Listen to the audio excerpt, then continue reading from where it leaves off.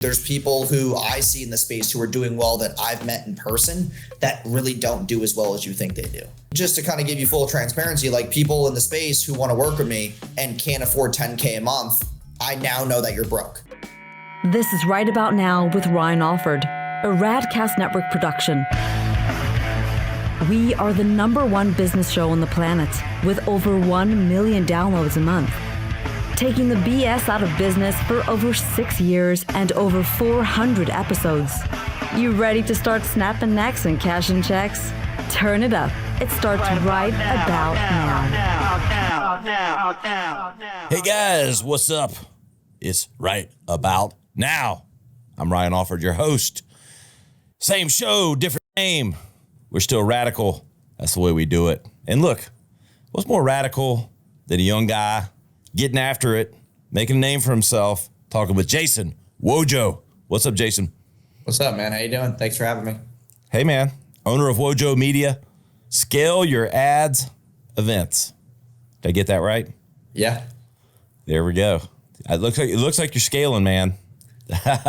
I checked your social out. Team brought you to me, and I'm like, I like this guy. He's getting after it, doing big things, and scaling it up. You know, what makes Jason, brother? Dude, man, I think it's just the consistency and tenacity to always be doing more than everybody else. Like when I was first starting out, everybody told me doing more was not the best thing. But once you have a proof of concept and you have a foundation, doing more is then the answer. And yeah. Just having more ways to get people to interact with me and my offers and my messaging and the things that I'm doing definitely contributed to that. And having as many possible touch points as well too. I always want to have as many touch points as possible. So doing pods, having low ticket, having free trainings, having events, posting every day on all the platforms, being a part of the actual ecosystem is what matters. What makes you tick, man? I mean, it sounds simple, but it's hard as fuck. You know, to have, it's, it is hard. Yeah. It's not, because what you said, and you watch Hermosi and all those guys are you just do the same shit over and over and it's boring, but it's hard, to do it over and over again. But what makes it, a younger guy like yourself have that drive to do it? Yeah, I mean, the first thing was not getting so distracted. I think that there's a lot of people will, interview me and they're like, yo, dude, you're 26. How'd you do all this? And I'm like, bro, you know what most 26-year-olds are doing right now? Getting way too fucking distracted. They're trying to do 30 things at once. They're trying to find a girlfriend. They're trying to figure out if they want to have kids and get married and all this bullshit. And I was just like, I don't need all that. I need to focus on my path and purpose and influence as a man and what I want to do in my business and who I want to have around me. Am I a leader inside the household and out? The thing that makes me tick, man, is just building stuff. I like it. I like building new things or bolt-ons to the business or looking at other businesses to bolt on to what we're doing, partnerships, being in better circles. It's not about the money that much. It's about the building of the thing and bringing around the right people. So when I was first starting out as a solopreneur, it was about money. Obviously, you got to be selfish in the beginning. Now it's about being a leader to all the guys around me and all the people that are in my space and all the networks that I'm in. That means more because that's where reputation will scale you. Yep. And it's not what you know, it's who you know, baby. Yeah. We talked about that a little pre-episode. What let's get the nuts and bolts for everybody. Wojo Media. What do we do? Who do we do it for? Explain to me kind of what it is you just keep stacking on. Yeah. So Wojo Media, we are a full marketing stack partner. We work with service-based businesses, coaches, consultants, e-com stores, and some personal brands, depending on the niche. We run paid ads for clients across multiple platforms. We track their KPIs. We help them with their sales process. We do their landing pages, their funnels, their webinars. We also focus on their irresistible offers and their actual customer journey. So how do we make sexy offers that convert will and cold traffic so that we can convert people very, very quickly, reduce sales cycles, and make them a lot more money on their ad spend. And then also packaging their offer. What does the pricing look like? What is that person on the sales call doing? That's really what it comes down to. We've been doing it for 6 years.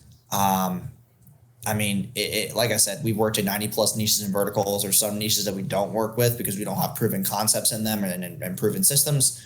But most of the time it's service-based businesses, coaches, consultants, and e-com stores of just any niche, but just not like CBD or cannabis. Those things we don't work with, or like, you know, solo artists. We don't work with like brands like that. But yeah, dude, we've been able to touch a lot of niches because of the right systems that we have in place for everybody.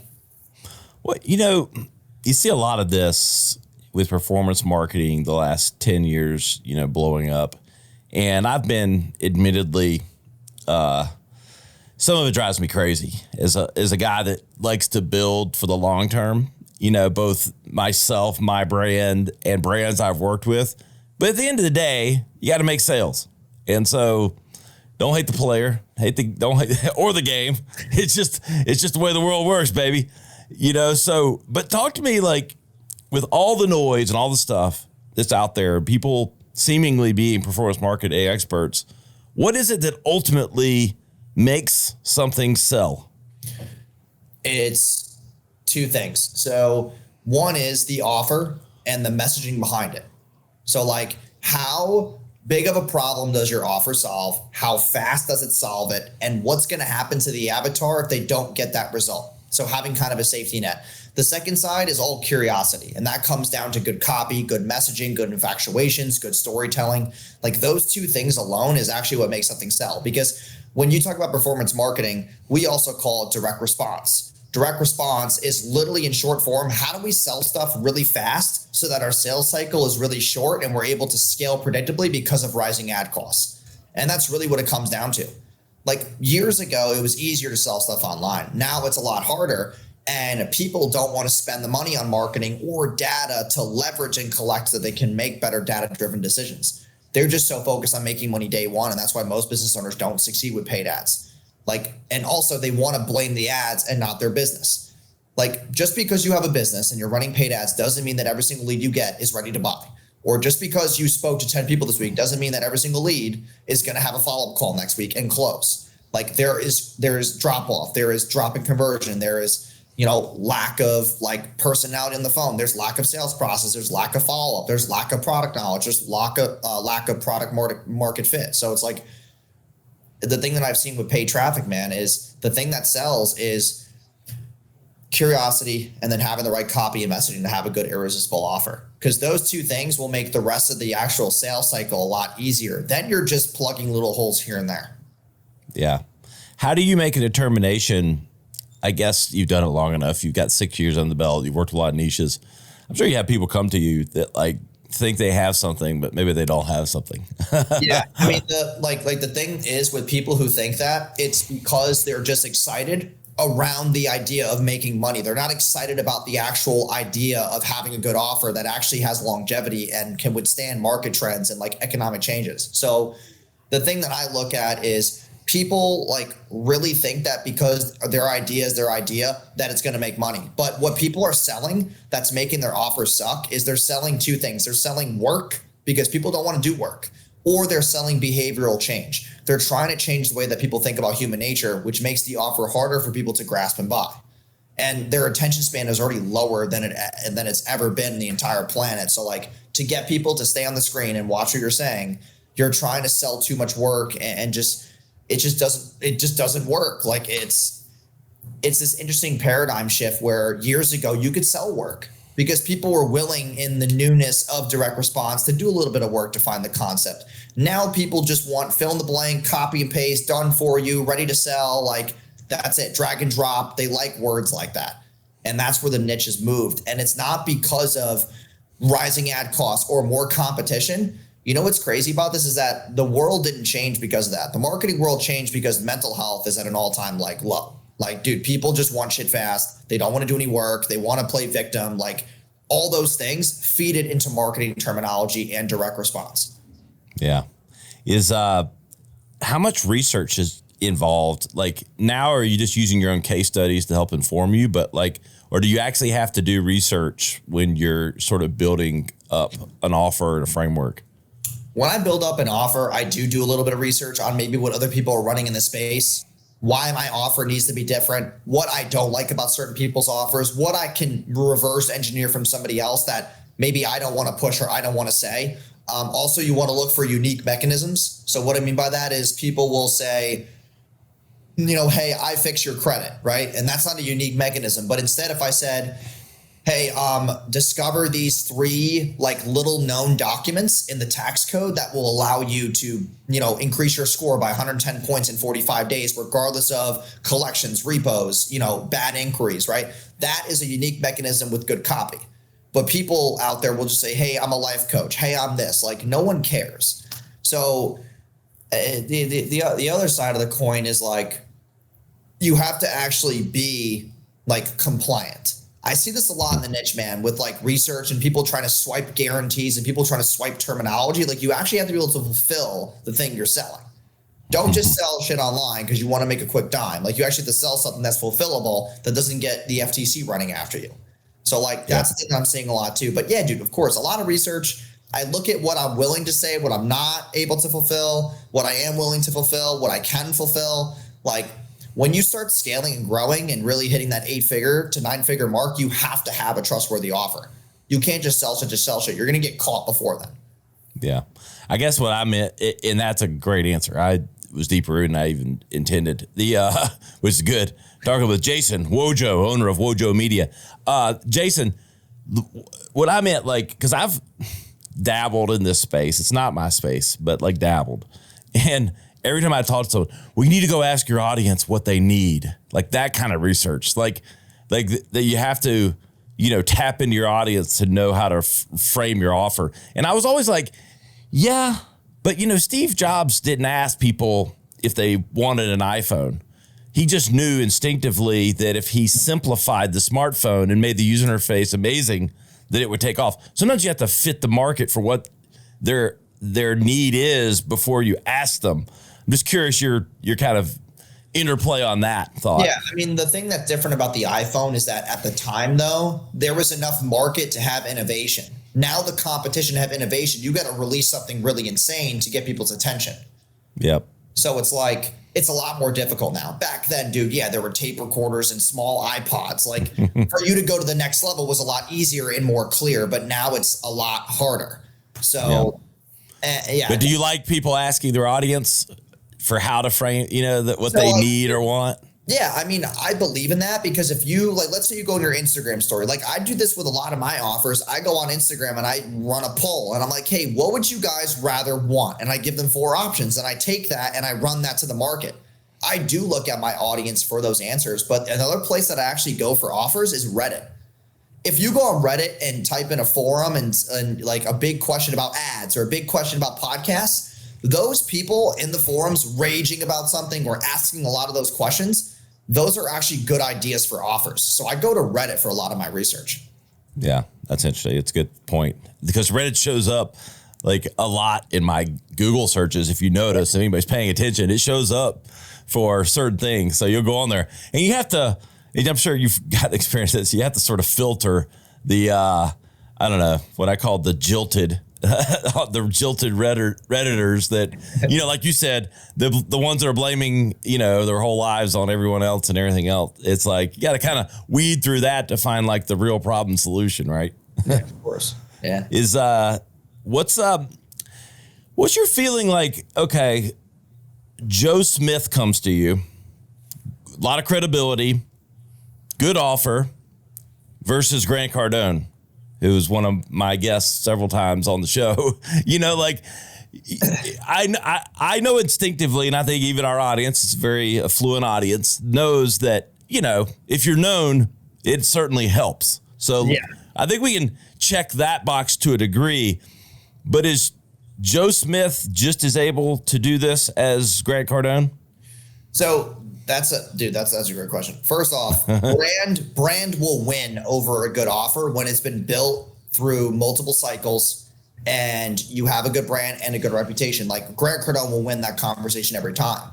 But what I will say is that if Joe Smith decides to run the offer and build brand on the side and do podcasts and like do events and speak on stages, Joe Smith will eventually become the competitor of the brand that was built without good offers. So that's why you see a lot of people in the same space coming up, because they're able to build good offers. That means they get more attention, and then the big dog in the space decides to collab with them or do some type of partnership, whatever the case may be. But yeah, right off the rip, dude, of course Grant will win that contest. But Grant with good, sexier offers will always be number one. Yeah, and I guess I knew that he'd always win. It was more just, when you're determining who you work with, and I know you work with some big names, some you can't name, that if you'll work with Joe Smith, like, yeah, I mean, dude, but then it comes down to we'll work with Joe Smith, but does Joe Smith have a good sales team?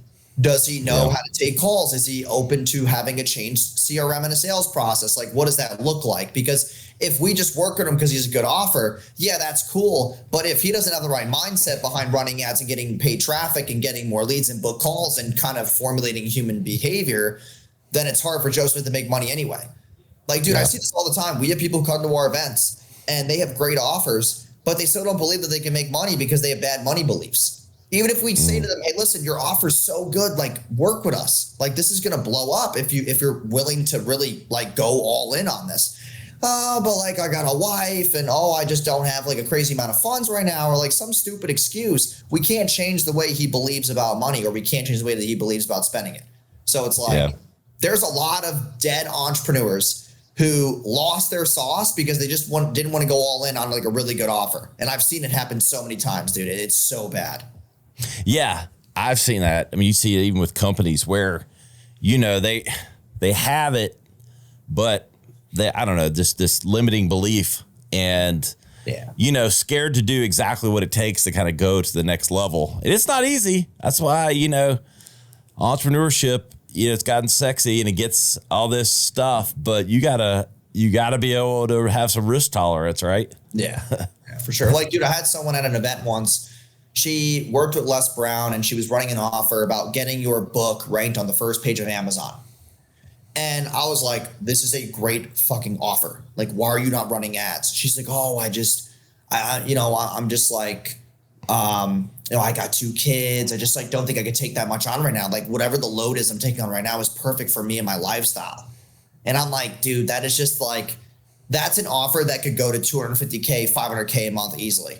And she just doesn't believe in it because she's downplaying it because she went the traditional route of having the family and just letting that stuff come first. And it's your family's going to be better off if you go all into your business and you make more money and you're able to impact and influence them more and motivate your kids more. But people don't understand that. So they have this limited belief around money that they're going to be too busy. Oh, my kids won't love me anymore because I made too much money means I'm too busy. And it's no, you actually don't. You just have a control problem. You don't believe in people and hiring and scaling with systems. So it's harder for you to believe that. So it's dude, stuff like that. I'm like, damn, it's a great offer, but you don't want to go all in. I will say this, back to some of the names. I feel like I see the same 12 names. Several of them are behind me, even others, and it's I always wonder, is it the same 12 people? Are these the only ones really making money in this space? Or that are doing all the speaking at the events? They're all at each other's events. They're all at, the same bat time, same bat channel. Yeah. And I don't mean that hate. I just mean it it just seems to be the same people. They're a close-knit group, and I know some of those names. And dude, there's people who I see in the space who are doing well that I've met in person that really don't do as well as you think they do. Okay. I mean, just to kind of give you full transparency, people in the space who want to work with me and can't afford $10K a month, I now know that you're broke. You're not doing as well as you think you are, or as people think you are doing.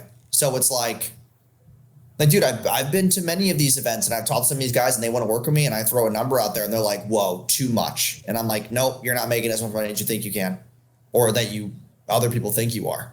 And I see that and I'm like, dude, anybody who's actually making money who can't spend money on an event or can't spend money on a world-class advertiser to help them with their low-ticket phone or do something like that, I just know you're broke. So it's I see it all the time, man. Because for me, dude, 10 grand a month, I'll be honest, it's not going to change my life. So I'll be able to spend that. It's not going to change my situation. Yeah. But then I see people who have been on stages bigger than me and I'm like, wow, dude, that person just maybe had a really good network. Or just like really came up in the space early on and had really cheap ad traffic and was able to save some money and have a nest egg. And now they have scarcity mindset because they can't compete in a competitive market that it is now. Like a lot of like real estate space, a lot of competition there. You've got like wholesaling, you got fix and flip, you got Airbnb, all these different offers.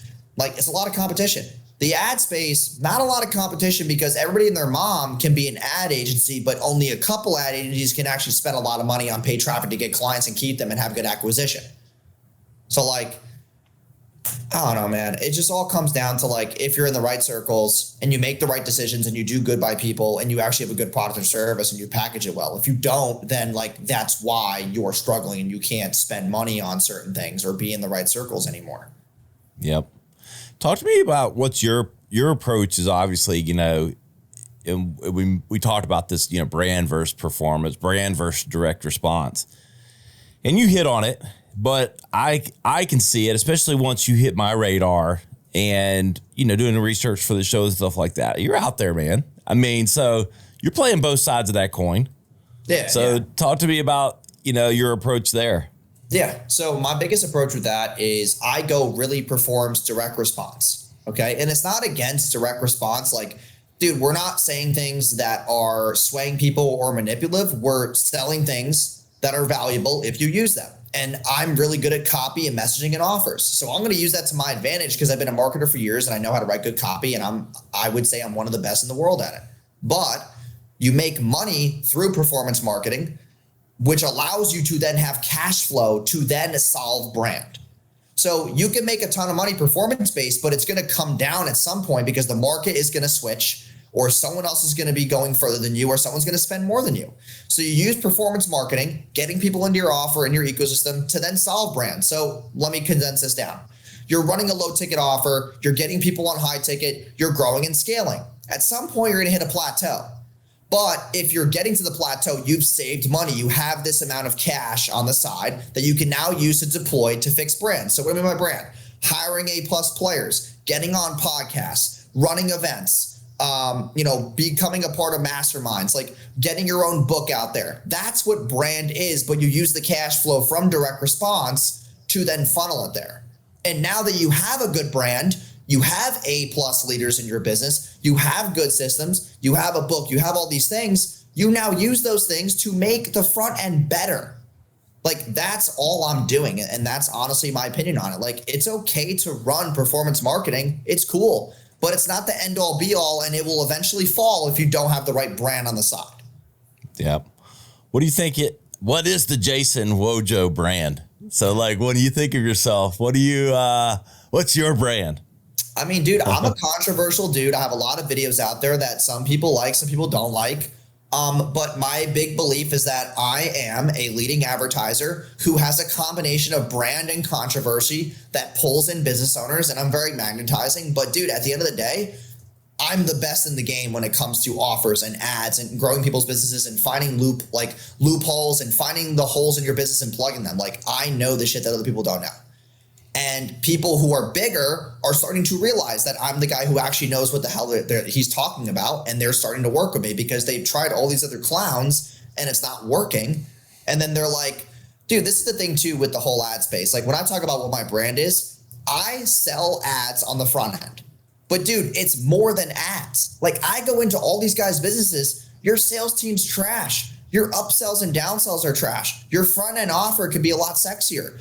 You're not touching your leads fast enough. You're not using your email list the way that you should. You're not funneling people to events when that's going to make you a good amount of money. Like you're just not doing the small things. You're so focused on traffic, and you're not focused on all the back end parts. But dude, if I had to condense my brand down, it would just be like, I'm an advertiser who goes really deep into your systems, your sales process, and your offers so that your ads can then work for you instead of against you. And like, yeah, dude, I'm controversial, but I'm very young. I have a lot to learn. I know I'm not the most mature person in the space, but like, I'm doing a lot more though, because I have that performance marketing cash flow that's now allowing me to fund and brand. And that's why I'm getting in the right rooms. Deal flow, Jason Wojo. I can come up with a name for you, brother. Something is, Who's the most, you go to these events, you've been to big events. Who's like one of the most impressive people that like lived up to it? Or maybe isn't as well known, but you're like, damn, that's going to be a rock star. So biggest events is Grant Cardone for sure, dude. He's great. And Brandon Dawson, who's his partner, is really good as well. They run a very tight operation and it's very scalable and they really know their shit. Like, yeah, it's really impressive. So Grant Cardone, and then I'd probably say Chris Crone. Chris Crone is a great in-person speaker, very motivational, and like he knows how to sell from stage. His tonality, his persona is just so infectious in a good way on stage. It's very impressive.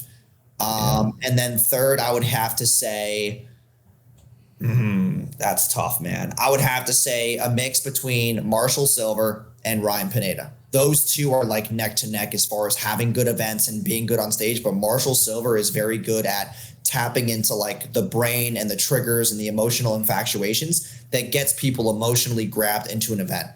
Like that wins every single day of the week.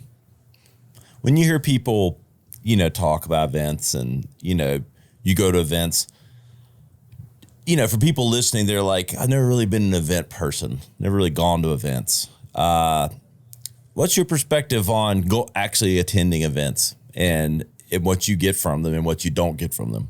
So the thing that I've always said is, dude, if you want to be a bigger part of the space and you want to get your name out there and you want more awareness, dude, going in person and meeting new people will not just get you more awareness, but will allow you to be a lot like more, I guess you could say like within the know of the community. Like when I wasn't going to events, I was just a person online. They're like, oh, Wojo just runs ads, he goes online. But dude, I never really realized how impactful I was in my industry until I went to a Grant Cardone event.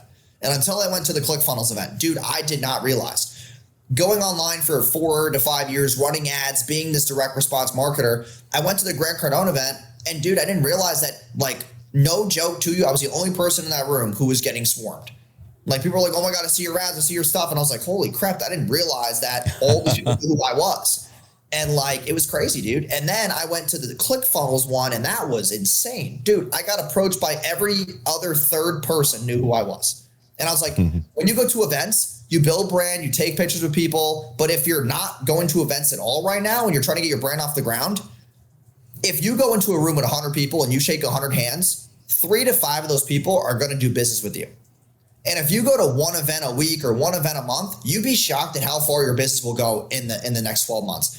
I really implore people go into events because the rooms are where you get to be in person. You get to, obviously build a relationship. And dude, you met them in person. They're going to trust you. You're building authority just by being in the room. So that radical transparency wins regardless. Yep. IRL, baby. In real life, it still means something. Talking with Jason Wojo, owner of Wojo Media. Jason, we've talked a lot about advice and a lot of things specific to them, but when you're counseling, younger guys and things like that, talk to me about what do you tell them? How do you counsel them? And how do you, lead your team? And then I guess as kind of part of that, like what are some of the routines, success routines, just daily, weekly for you that keep you in that mind frame? Yeah, dude. I mean, biggest thing with leading my team is that I actually don't really focus on just yelling at them or just like telling them things. I focus on setting an example. So like, do they want to be a part of an ecosystem or a team or a company where they see like themselves growing in the company? That is by being the example of a leader, someone who has shown growth, someone who has, really stood by them. Like, dude, I don't do the whole like rah motivational junk. I do the, hey man, like I got your back regardless of what's happening. I will always look out for you over another person. And you know what? Like I will always trust you over another. And I want to be the leader that you look up to inside of any company or any space. Like, dude, they're like, my guys will literally rock with me forever because I'm treating them as if they're family. Like that's what being a leader entails. At the end of the day, dude, like, do they look up to you and say, yo, I will follow this guy wherever he goes because every decision he makes, I will stand by 100%, regardless of how uncomfortable I think it is or my opinion on it. They will always trust me. And as far as like routines, man, I have a very weird routine.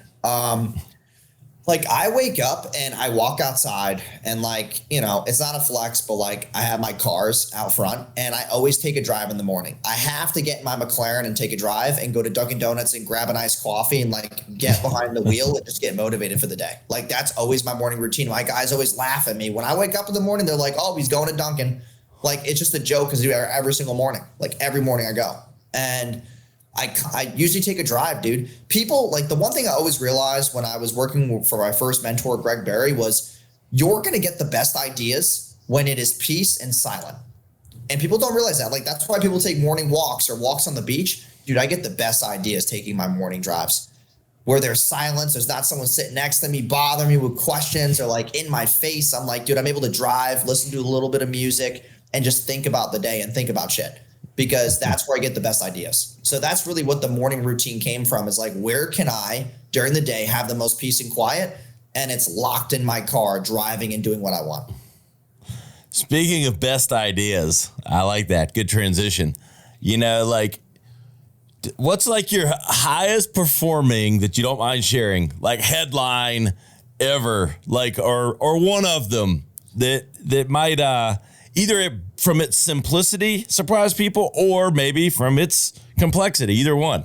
Like a best headline. You mean like a good video that went viral? Yeah, or just a good offer or like the good hook. Like the good hook. Like we talked about podcast secrets or, like that sort of thing. I'll go over two. So one's an actual video hook. And my best video that went viral was if you're not making 10K a month, then I could take your girlfriend. That was a very good video that went viral. It was very funny. Or like if you make less than 5K a month and you drive a Corolla and you go to the gym, you're broke. Like that one went viral too. So that's like good video hooks. The second side is like, what's a good headline? Probably the biggest one that did really well for me was like my 100 ad templates offer. So I was running ads for 3 years at that time. And like, I took all my 100 best ads, the copy and the creatives, and I made them templates. And I turned it into like one of the highest converting offers on the internet. It still is to this very day. If you go on like ClickBank or other websites that track like conversion rates of offers, my offer was top 10. I took it from 30K to 600K in 3 weeks. And it was a $17 PDF where I was like, hey, here's these 100 fill in the blank ad templates that entrepreneurs are copying and pasting into their ad account to get better results within 15 minutes. That was my best headline. And that offer still crushes. So it's like, it's just a good way to hit the fast infatuation point. But like, dude, that document is 297 pages. It took me forever in Canva to build it. It was very valuable. It still runs to this very day and it crushes. So it's cool. Are you, back to, the premise of low ticket is sort of to get the lead, inexpensive leads or no cost leads in for the other things. But was that so good that you actually made money from the offer itself? Dude, my ROAS on that was like a 1.5x, which is not impressive to some people, but I'm getting free leads and book calls. So 1.5 on the front end on digital product at scale is a winner by far. Yeah. And then selling high ticket on the back end, the ROAS with that was like well over a 5, but it was good. As we close out here, Jason, what's your thought? I mean, is it still, you got Facebook, you've got TikTok, you've got Twitter, you've got LinkedIn, you've got all these platforms. Any prognostication on, where things might be turning up next, or is it still just bread and butter? Facebook, Instagram are the gold mine. Yeah, I mean, Facebook and Instagram will always be the gold mine, but personally, right now, I think that the future of ads over the next 2 years is going to be really more short form. So TikTok, and then also like getting more qualified people is going to be filtered on YouTube ads. So like Facebook and IG have always been the winners, right? Because we always test offers on Facebook and IG first, see if they're winners, and then we move to other platforms. But short form, TikTok all day long.